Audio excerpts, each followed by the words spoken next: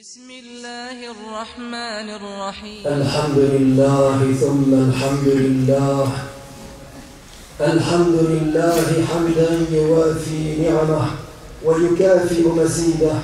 يا ربنا لك الحمد كما ينبغي لجلال وجهك ولعظيم سلطانك. سبحانك اللهم لا أحصي ثناء عليك أنت كما أثنيت على نفسك، وأشهد أن لا إله إلا الله وحده لا شريك له، وأشهد أن سيدنا محمدًا عبده ورسوله وصفيه وخليله، خير نبي أرسله الله إلى العالم كله بشيرا ونذيرا. اللهم صل وسلم وبارك على سيدنا محمد صلاة وسلاما دائمين متلازمين إلى يوم الدين. وأوصيكم أيها المسلمون ونفسي المذنبة بتقوى الله تعالى. أما بعد، فيا عباد الله، إننا نتطلع يمينا وشمالا في جوانب الحياة، ونتسمع لهذا وذاك من الأحياء، فنجد كثيرا من ألوان التعب والشقاء، ونقف على كثير من أنواع الضيق والشكوى، ولا نجد من أهل السعادة والغبطة إلا العدد القليل. وأكبر السبب في ذلك هو هذا الغول الهائل والسرطان الخبيث الذي يعصف بالأمن والاطمئنان، وهو عدم الإيمان وعدم اليقين. لأن من آمن عرف طريقه، ومن عرف طريقه رضي به وسار عليه، فبلغ وفاز، فبلغ ووصل. وقد يجد أثناء ذلك تعبا أو نصبا، فيتلقاه بعزم وصبر، ويمضي في سبيله لا يبالي بما قد يلقى، لأن فكره وبصره معلقان بما هو أسمى وأتقى. وها هو ذا الحق جل جلاله ينادي من آمن واطمأن فسعد وفاز بقوله: يا أيتها النفس المطمئنة ارجعي إلى ربك راضية مرضية فادخلي في عبادي وادخلي جنتي. Quand on observe ce qui se passe autour de nous et on écoute ce qui se dit dans les conversations, force est de constater qu'il y a des problèmes partout, qu'une majorité de gens est malheureuse et que le sentiment de quiétude et de sérénité n'est plus le partage que d'une minorité.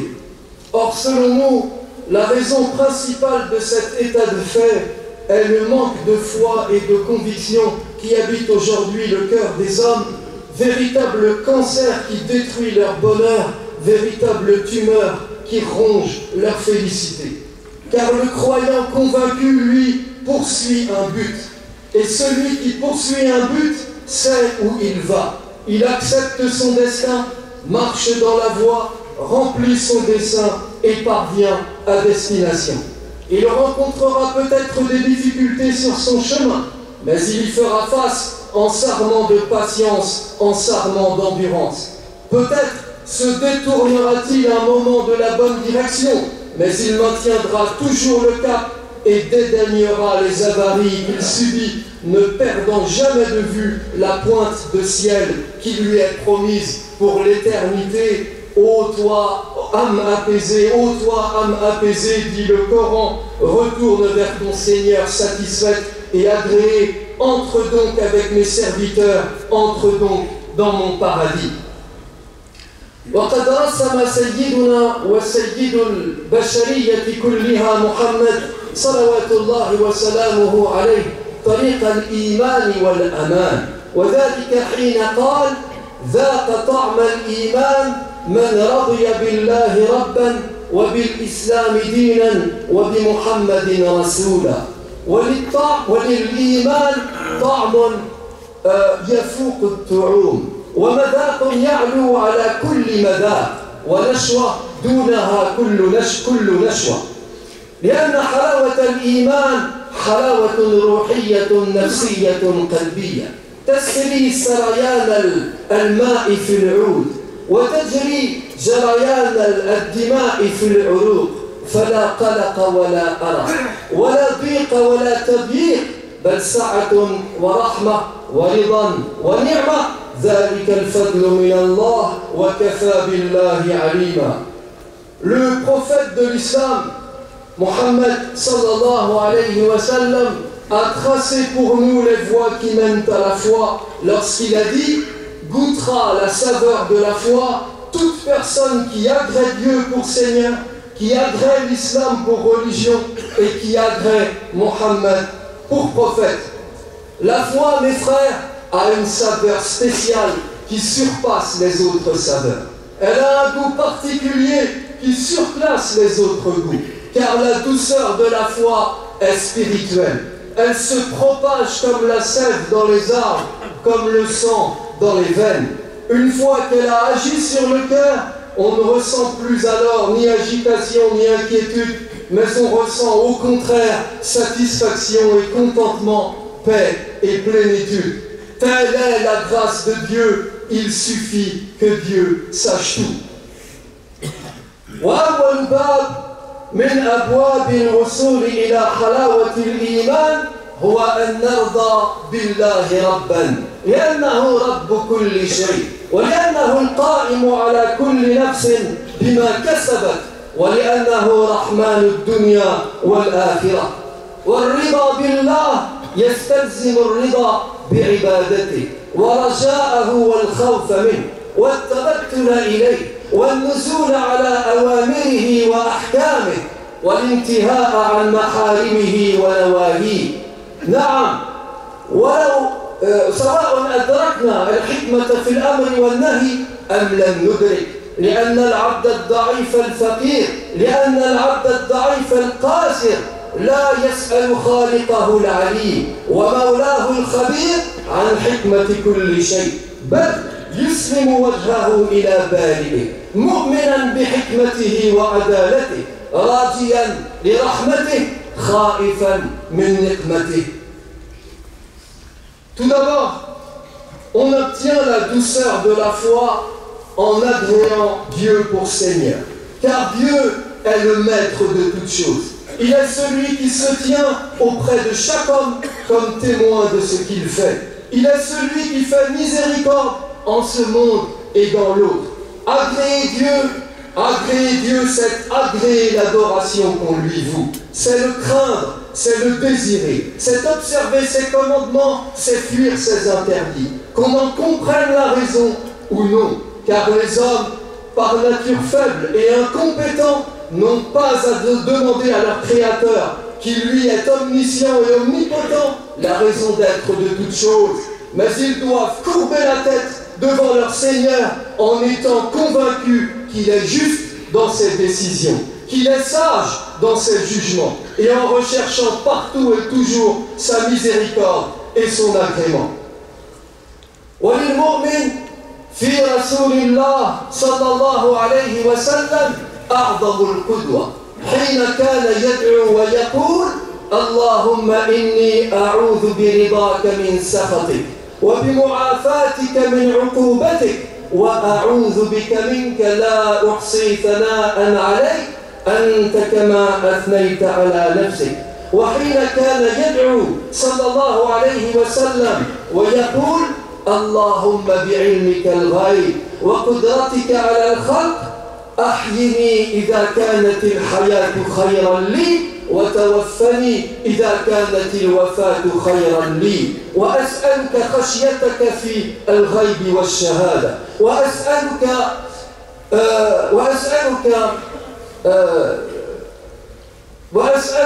خشيتك في الغضب وأسألك رضاك وكلمة الحق في الغضب والرضا، وأسألك الرضا بعد القضاء، وأسألك لذة النظر إلى وجهك الكريم، وأسألك الشوق إلى لقائك في غير ضراء مضرة وفي غير فتنة مضلة Allahumma zayyinna bizinatil iman waj'alna hudatan muhtadin.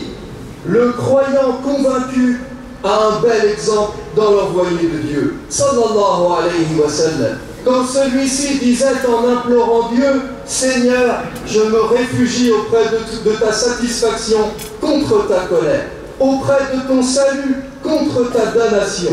Je me réfugie auprès de toi contre toi. Je ne saurais faire le compte de tes mérites. Tu es conforme aux mérites que tu t'es attribué toi-même. Dans une autre invocation, le prophète sallallahu alayhi wa sallam a dit: mon Dieu, je t'implore, au nom de la science que tu as de l'inconnu et de la puissance que tu as sur la création, de me faire vivre si la vie est un bien pour moi et de me faire mourir si la mort est un bien pour moi. Accorde-moi la crainte de toi, en privé comme en public.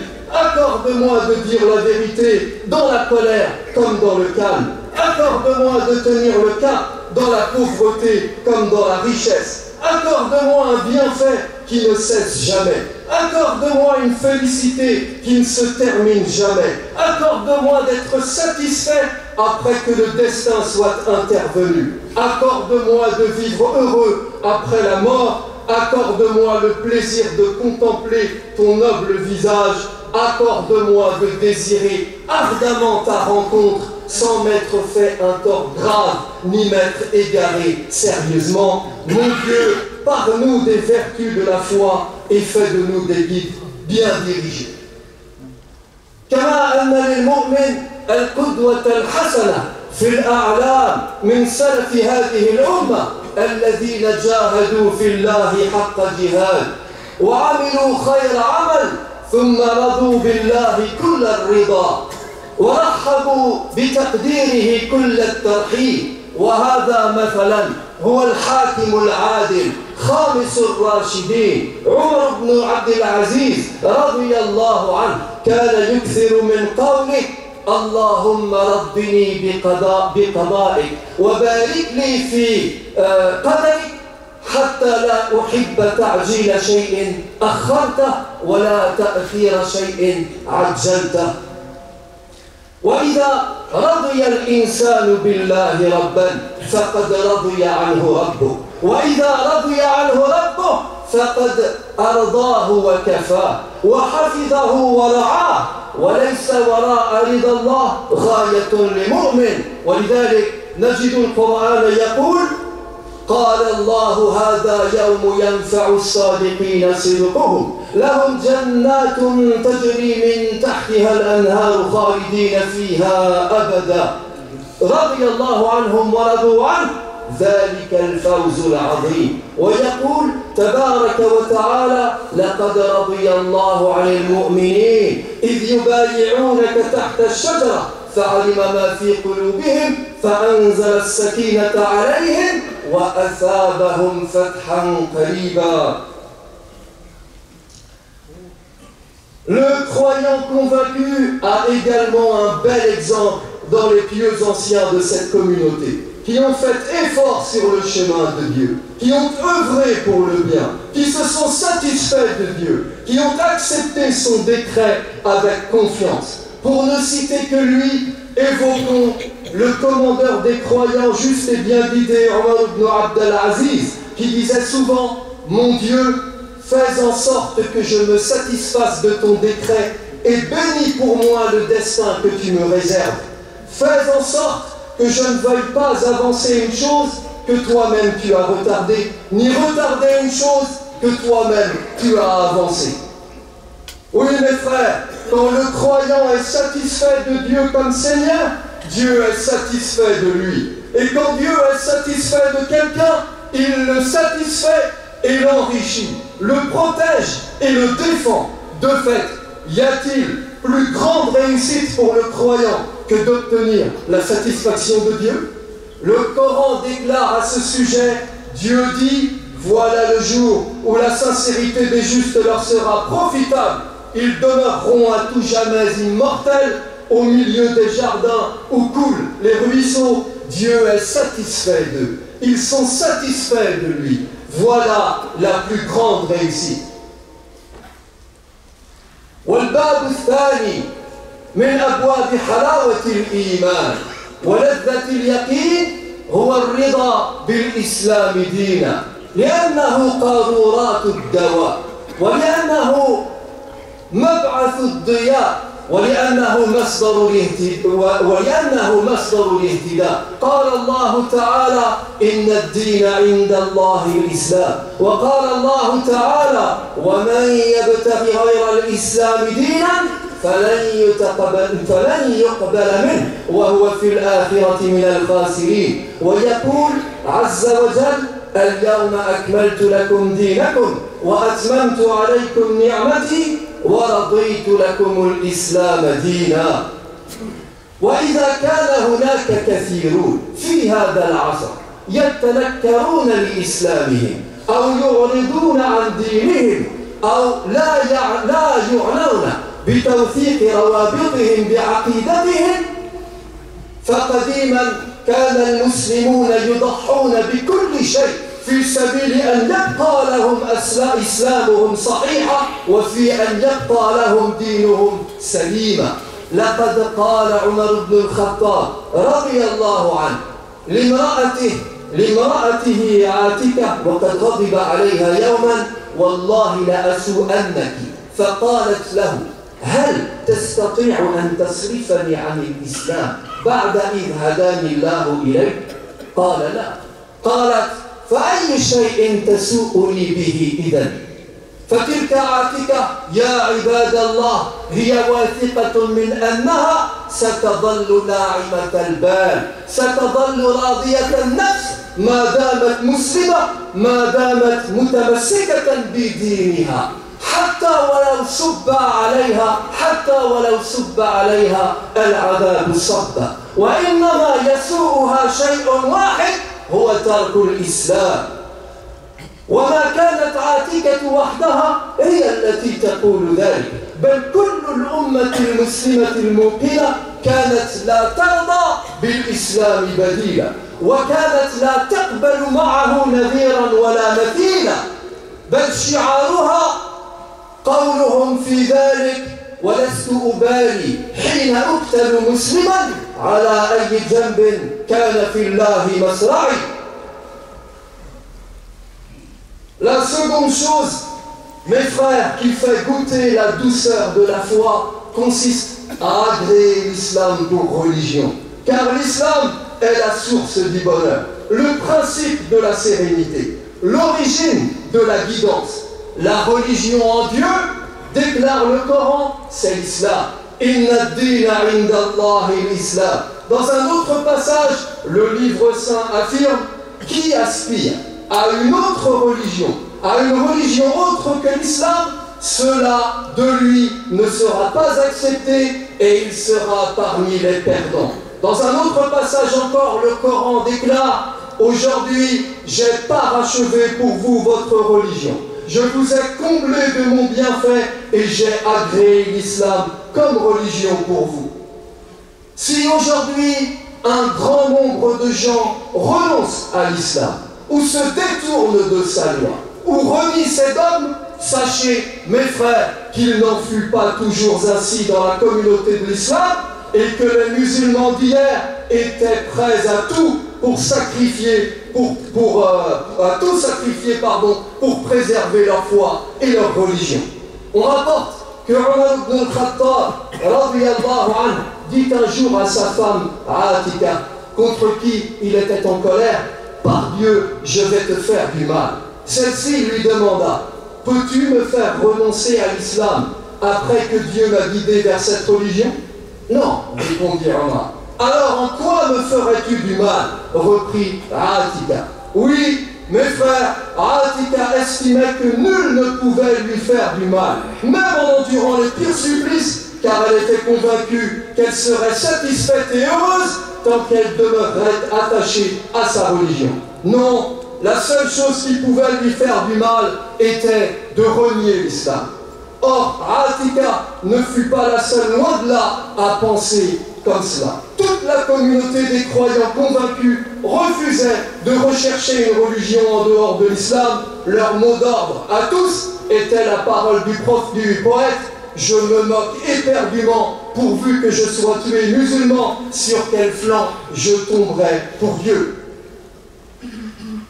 والباب الثالث من أبواب حلاوة الإيمان ولذة الرضوان هو أن نرضى بمحمد رسولا، لأنه المبلغ عن ربه، ولأنه المبين لدينه، ولأنه المفسر لقرآنه، ولأنه المطبق لشريعته، ولأن الله عز وجل يقول: وما آتاكم الرسول فخذوه وما نهاكم عنه فانتهوا، ولأن الله عز وجل يقول: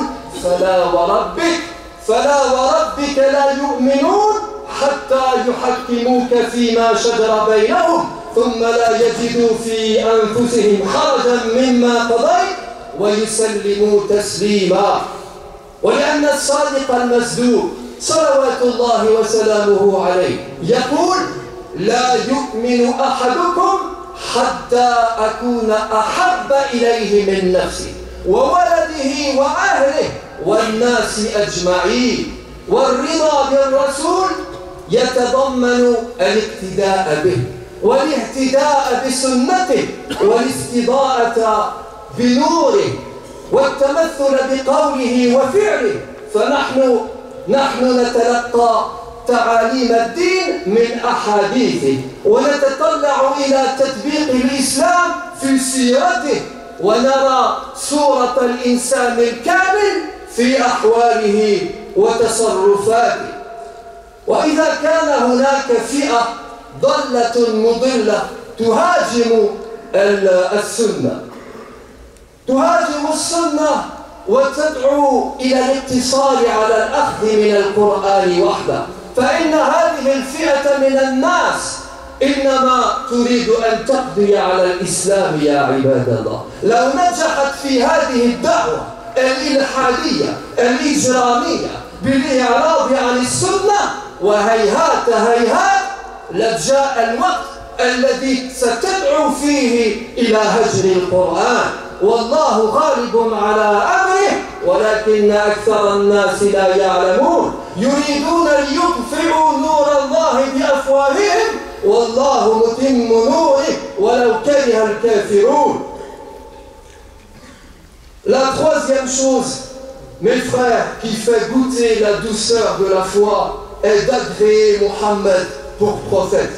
Car Mohammed est l'envoyé de Dieu, chargé de communiquer le message divin, chargé d'expliquer le Coran, chargé de mettre en pratique sa loi. Dieu a dit à ce propos dans le livre saint: prenez ce que l'envoyé vous donne et abstenez-vous de ce qu'il vous interdit. Il dit également dans le Coran: non, par ton Seigneur, ils ne croiront pas tant qu'ils ne t'auront pas fait juge de leur désaccord.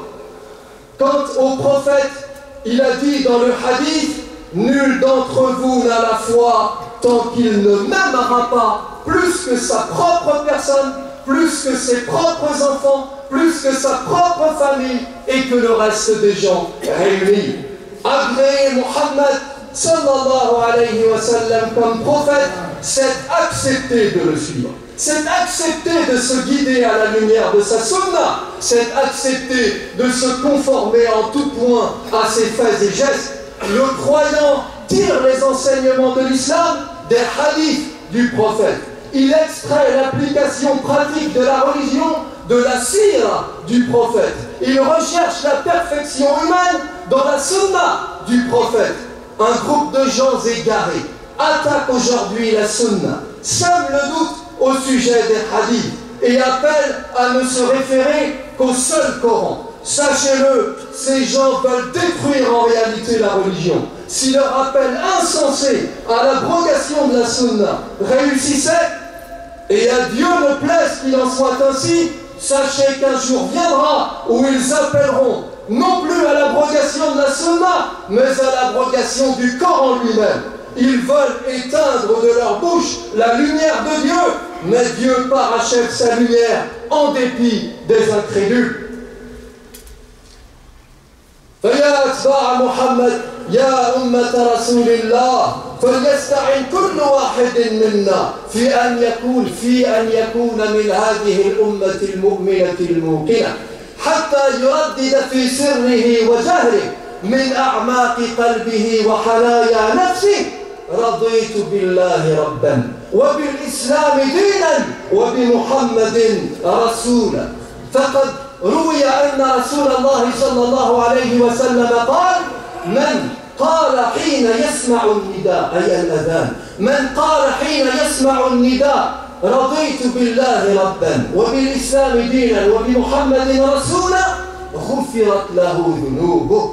وهو القائل أيضا صلوات الله وسلامه عليه: ثلاث من كن فيه وجد حلاوة الإيمان: أن يكون الله ورسوله أحب إليه مما سواهما، وأن يحب المرء لا يحبه إلا لله، وأن يكره أن يعود إلى الكفر بعد أن أنقذه الله إليه، كما يكره أن يلقى في النار. وسبحان من لو شاء لهدى الناس جميعا إلى سواء السبيل، واتقوا الله الذي أنتم به مؤمنون، إن الله مع الذين اتقوا والذين هم محسنون. أقول قولي هذا وأستغفر الله لي ولكم فاستغفروه إنه هو الغفور الرحيم.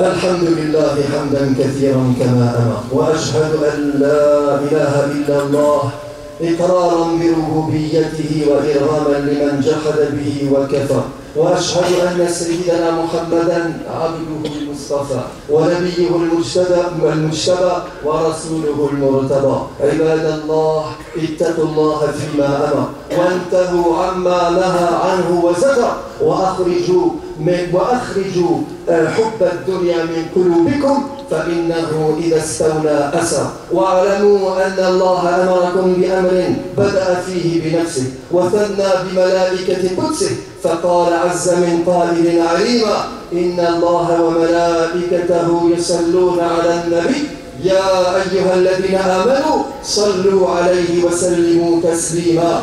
اللهم صل على سيدنا محمد وعلى آل سيدنا محمد كما صليت على سيدنا إبراهيم وعلى آل سيدنا إبراهيم، وبارك على سيدنا محمد وعلى آل سيدنا محمد كما باركت على سيدنا إبراهيم وعلى آل سيدنا إبراهيم في العالمين إنك حميد مجيد. وارض اللهم عن الخلفاء الراشدين ذوي القدر العلي والفخر الجليل أبي بكر وعمر وعثمان وعلي، وعن سائر الصحابة والتابعين ومن تبعهم بإحسان إلى يوم الدين. اللهم اغفر للمسلمين والمسلمات والمؤمنين والمؤمنات الأحياء منهم والأموات، وألف بين قلوبهم يا رب العالمين. اللهم إنا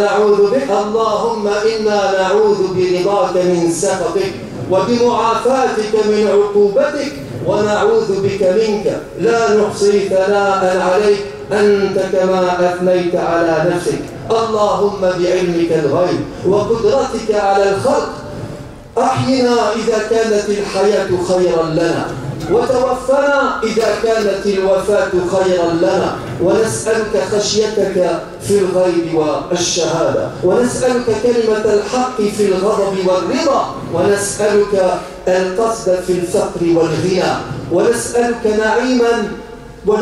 نعيما لا ينفد، ونسألك قرة عين لا تنقطع، ونسألك الرضا بعد القضاء، ونسألك برد العيش بعد الموت، ونسألك لذة النظر إلى وجهك الكريم، ونسألك الشوق إلى لقائك في غير ضراء مضرة ولا فتنة مضلة اللهم زينا بالإيمان واجعلنا هداة مهتدين. اللهم اهدنا فيمن هديت، وعافنا فيمن عافيت، وتولنا فيمن توليت، وبارك لنا فيما أعطيت، وقنا شر ما قضيت، فإنك تقضي ولا يقضى عليك، وإنه لا يذل من واليت ولا يعز من عاديت، تباركت ربنا وتعاليت. نستغفرك اللهم ونتوب إليك. اللهم اغفر لنا ولوالدينا ولمشايخنا ولأرباب الحقوق علينا ولسائر المسلمين أجمعين.